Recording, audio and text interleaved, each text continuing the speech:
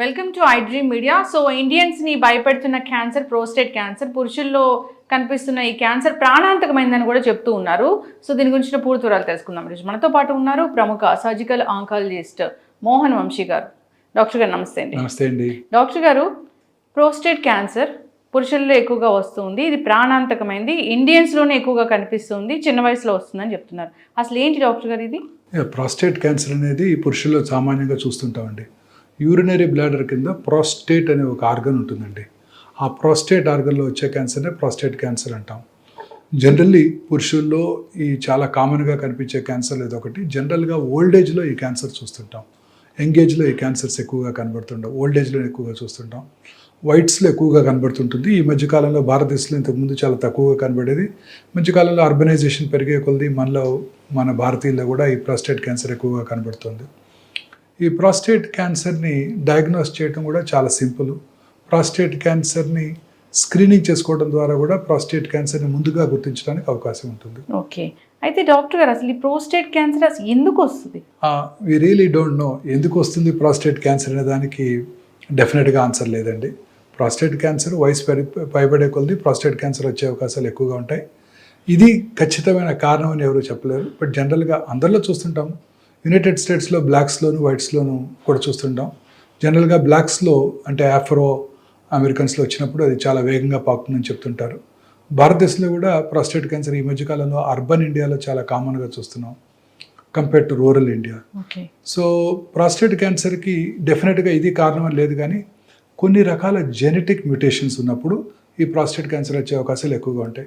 మనందరికీ తెలుసు, స్త్రీల్లో BRCA1 BRCA2 mutation కనుక ఉన్నట్టయితే వారికి బ్రెస్ట్ క్యాన్సర్ వచ్చే అవకాశాలు చాలా ఎక్కువగా ఉంటాయి. అలాగే ఓవేరియన్ క్యాన్సర్ వచ్చే అవకాశాలు కూడా ఎక్కువగా ఉంటాయి.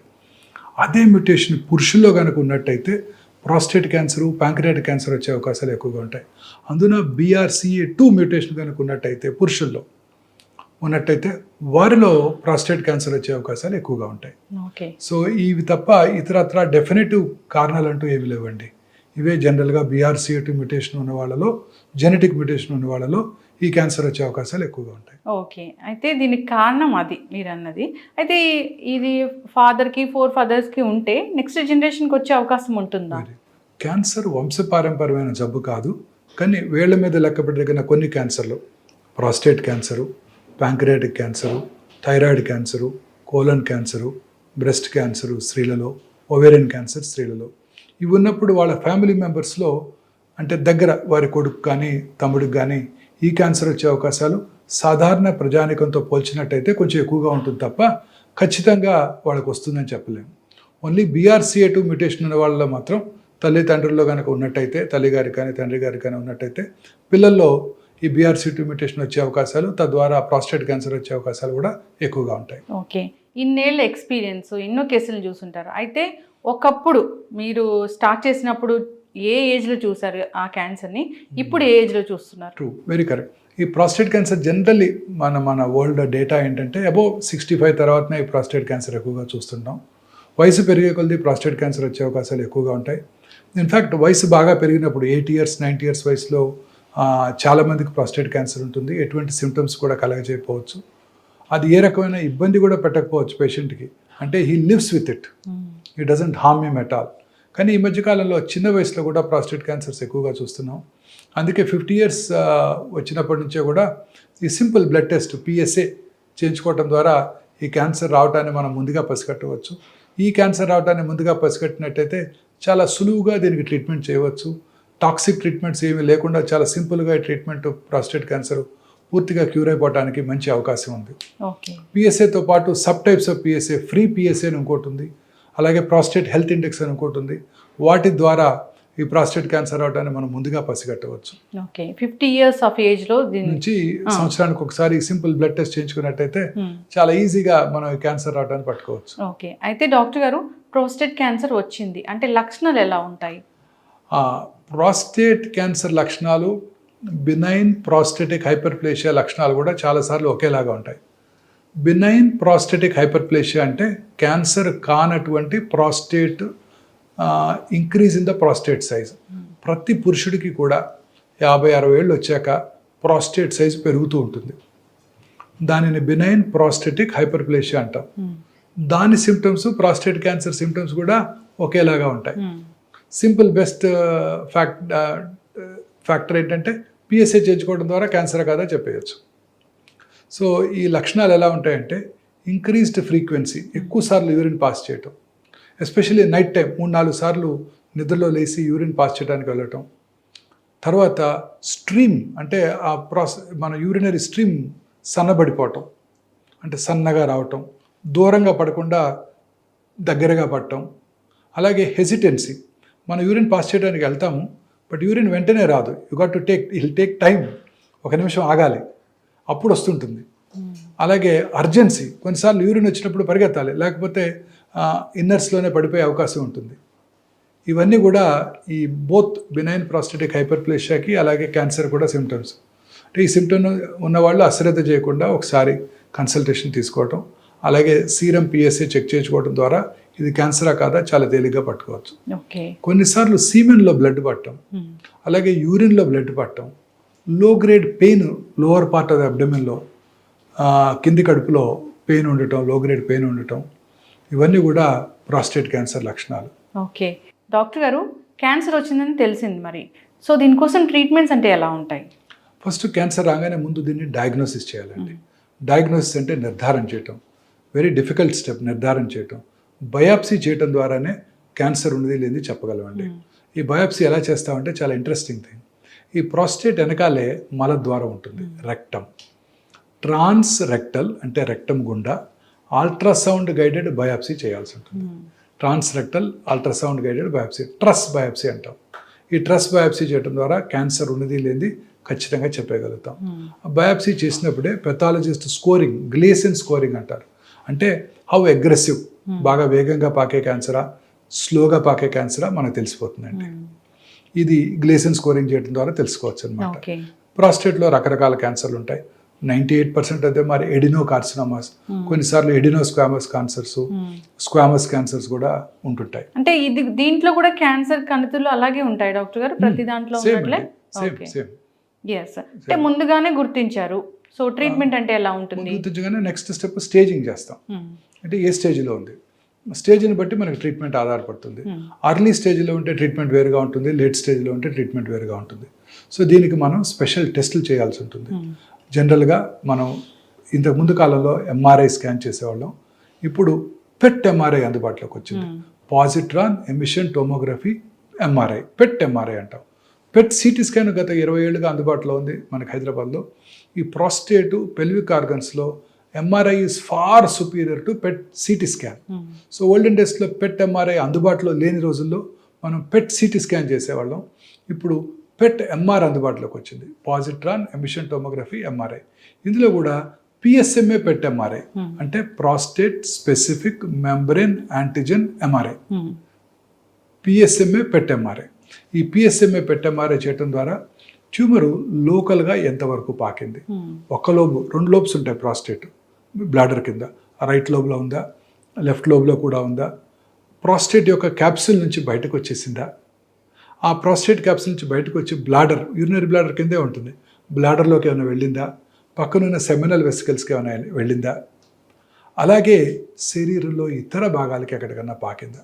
కామన్గా ఇది బోన్స్కి పాకుతుంది for unknown reasons. Prostate cancer olden డేస్లో ఈ PET scan, PET CT, PET MRI అందుబాటులో లేనప్పుడు ఎంఆర్ఐ స్కాన్ చేసేవాళ్ళం, బోన్ స్కాన్ చేసేవాళ్ళం. ఇప్పుడు పెట్ సిటీ, పెట్ ఎంఆర్ఐ అందుబాటులోకి వచ్చాక పెట్ ఎంఆర్ఐ చేయడం జరుగుతుంది. ఈ పిఎస్ఎంఏ పెట్ ఎంఆర్ఐ చేయడం ద్వారా బాడీలో ఉన్న 206 బోన్స్లో ఎక్కడికన్నా పాకిందా, అలాగే లంగ్స్ కానీ, లివర్కి కానీ, పొట్టలో ఉన్న లింఫ్ నోడ్స్, అలాగే పెల్విస్ కింది పొట్టలో ఉన్న లింఫ్ నోడ్స్కి ఏమైనా పాకిందా లేదా మనం యాక్యురేట్గా తెలుసుకోవడానికి అవకాశం ఉంది. అలా తెలుసుకోవటం ద్వారా ఏ స్టేజ్లో ఉందో తెలుసుకోవచ్చు. స్టేజ్ని బట్టి ఇప్పుడు మనకి ట్రీట్మెంట్ ఆధారపడి ఉంటుంది. అర్లీ స్టేజ్లో డయాగ్నోస్ చేసినట్టయితే ఓల్డెన్ డేస్లో మనం సర్జరీ చేయడం జరిగేది, రాడికల్ ప్రాస్టేటెక్టమీ. రాడికల్ ప్రాస్టేటెక్టమీ అంటే ఆ ప్రాస్టేట్ గ్లాండ్ అది ఎక్కడికైతే పాకటానికి అవకాశం ఉందో లింఫ్ నోడ్స్ అవి తీయటం జరిగేది. ఈ రాడికల్ ప్రాస్టెక్టమీ ఈ మధ్యకాలంలో రోబోటిక్ పద్ధతి ద్వారా చేస్తున్నాం. రోబోట్ ద్వారా చేసినప్పుడు ఆ బ్లాడర్ని, ఆ యూరిథ్రాని జాగ్రత్తగా జాయిన్ చేయొచ్చు, అంటే కొట్టడం జరుగుతుంది. తద్వారా మంచి రిజల్ట్స్ ఉంటాయి రోబోట్ ద్వారా చేసినప్పుడు. ఈ సర్జరీ ఎంత చేసినప్పటికీ కూడా పోస్ట్ సర్జికల్ కాంప్లికేషన్స్ కూడా చాలా ఎక్కువగానే ఉంటాయి. బెస్ట్ ఆఫ్ ద హ్యాండ్స్లో కూడా, మోస్ట్ ఎక్స్పీరియన్స్ హ్యాండ్స్లో కూడా about 10% chance of stricture formation అంటే యూరినరీ పాసేజ్ కొంచెం క్లోజ్ అయిపోవచ్చు. అప్పుడు రెగ్యులర్గా డైల్టేషన్ చేసుకోవాల్సి ఉంటుంది. Incontinence is a major problem. Incontinence అంటే యూరిన్ లీక్ అవటం. సో యూరిన్ సడన్గా తెలియకుండా పడిపోవటం. చాలాసార్లు 100కు ఒక 10-15 మంది డైపర్స్తోనే గడపాల్సి వస్తుంది లైఫ్ లాంగ్. ఈ మధ్య కాలంలో ఈ రాడికల్ సర్జరీకి ఆల్టర్నేటివ్గా రేడియోథెరపీ కూడా అందుబాటులోకి వచ్చింది. రేడియోథెరపీలో అంటే ఆ ట్యూమర్ మీదనే ఫోకస్ చేస్తూ ఇచ్చే radiation technology, image guided radiotherapy అందుబాటులోకి వచ్చింది. తద్వారా మన సర్జరీ చేయకుండానే, especially prostate cancer occurs in older individuals, వాళ్ళందరిలోనూ కరోనరీ ఆర్టరీ డిసీజు, అలాగే ఇతరత్ర రెస్పిరేటరీ కాంప్లికేషన్స్ ఉంటాయి. సో అందువల్ల రిస్క్తో కూడుకున్న సర్జరీ, మళ్ళీ దానికి తోడు ఈ పోస్ట్ ఆపరేటివ్ కాంప్లికేషన్స్, రేడియేషన్ కూడా చాలా పాపులర్ అయింది.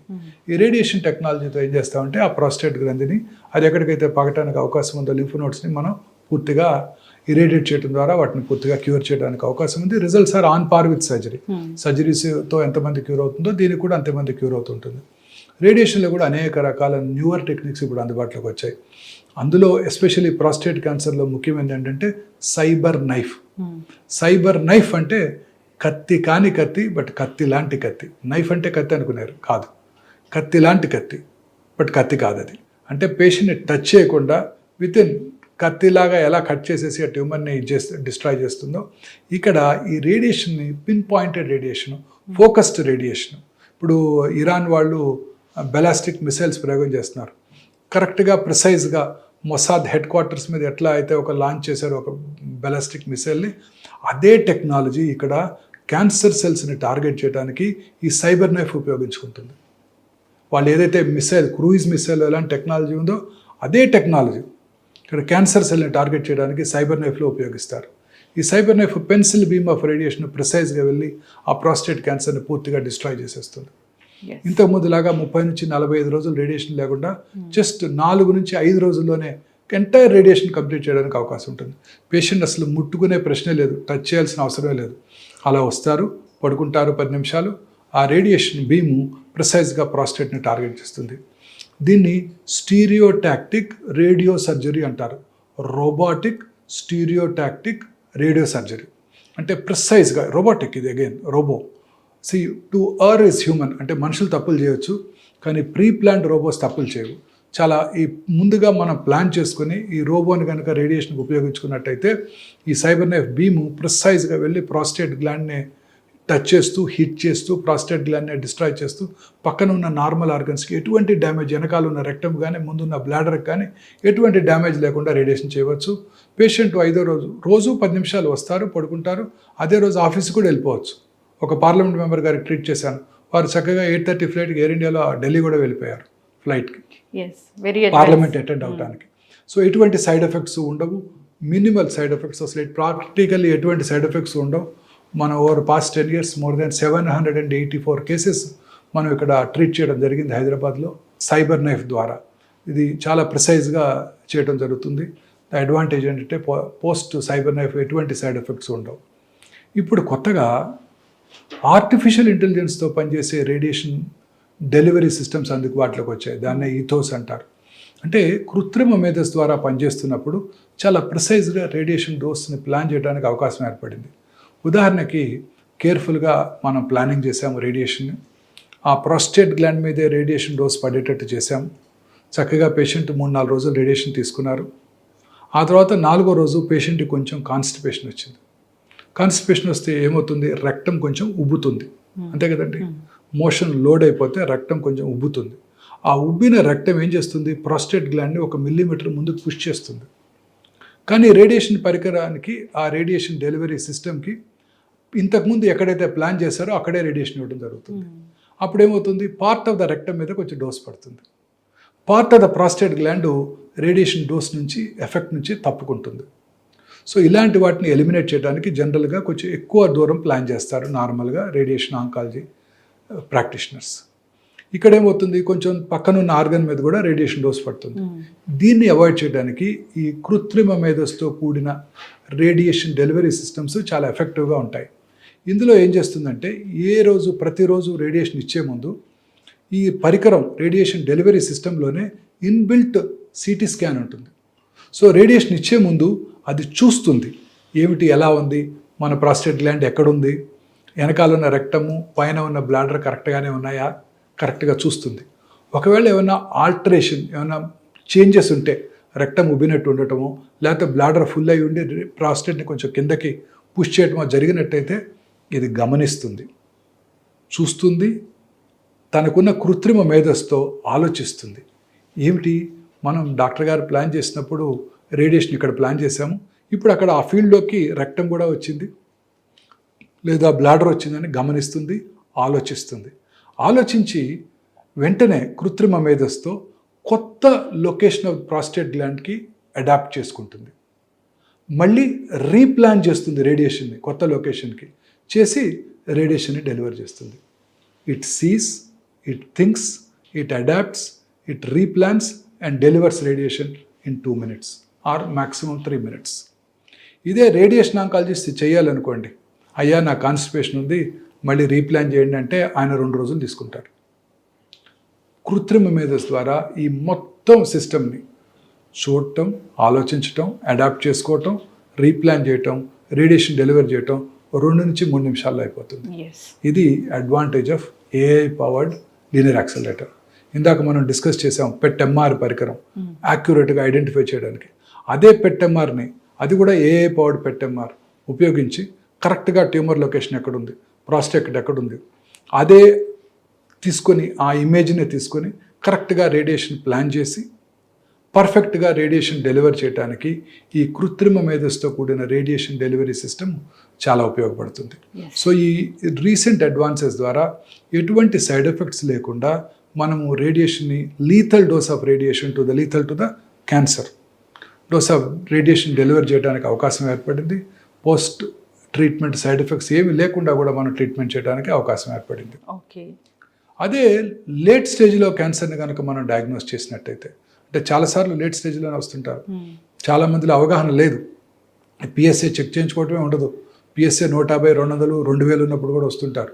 అప్పుడు బాడీలో ఇతర భాగాలకు పాకిపోతుంది. పాకినప్పుడు ఏం చేస్తామంటే క్యాస్ట్రేషన్, అంటే మన బాడీలో, పురుషుల్లో ఉండే బాడీలో టెస్టాస్టిరాన్ అనే హార్మోన్ ఉంటుంది. టెస్టాస్టిరాన్ హార్మోన్ కనుక విత్డ్రా చేసినట్టయితే ప్రాస్టేట్ క్యాన్సర్ బికమ్స్ క్విసెంట్, అంటే ఇన్యాక్టివ్ అయిపోతుంది. ఇది Nobel prize winning discovery. So testosterone hormone withdraw చేయడానికి మన పురుషుల్లో ఉండే శరీరంలో టెస్టిస్లో ఉన్న చిన్న పదార్థం కనుక తీసేసినట్టయితే టెస్టాస్టిరాన్ లేకుండా చేయవచ్చు. లేదా కొన్ని రకాల మెడికల్ క్యాస్ట్రేషన్ అంటారు, ఇంజెక్షన్స్ ఇవ్వటం ద్వారా, LHRH అగోనిస్, యాంటగోనిస్ ఇవ్వటం ద్వారా బాడీలో టెస్టాస్టిరాన్ లెవెల్స్ని తగ్గించేసినట్టయితే cancer becomes inactive. But what is important is cancer cells are much smarter than scientist. మన హ్యూమన్ బ్రెయిన్ కన్నా cancer cells are much smarter, corona virus లాగానే. సో అవి ఏం చేస్తాయంటే ఈ క్యాస్ట్రేషన్ ఎఫెక్ట్ నుంచి బయటపడి 8 నుంచి 18 నెలల లోపల మళ్ళీ రెసిస్టెంట్ అయిపోతాయి, మళ్ళీ గ్రో అవటం ప్రారంభిస్తాయి. సో అందుకని అడ్వాన్స్డ్ క్యాన్సర్స్లో ఈ హార్మోన్ మ్యానిపులేషను, అలాగే కొన్నిసార్లు కీమోథెరపీ, కొన్నిసార్లు ఇంకా కొన్ని డ్రగ్స్ ద్వారా మనం ఈ ప్రాస్టేట్ క్యాన్సర్ని పూర్తిగా కంట్రోల్ చేసుకోవడానికి అవకాశం ఉంది.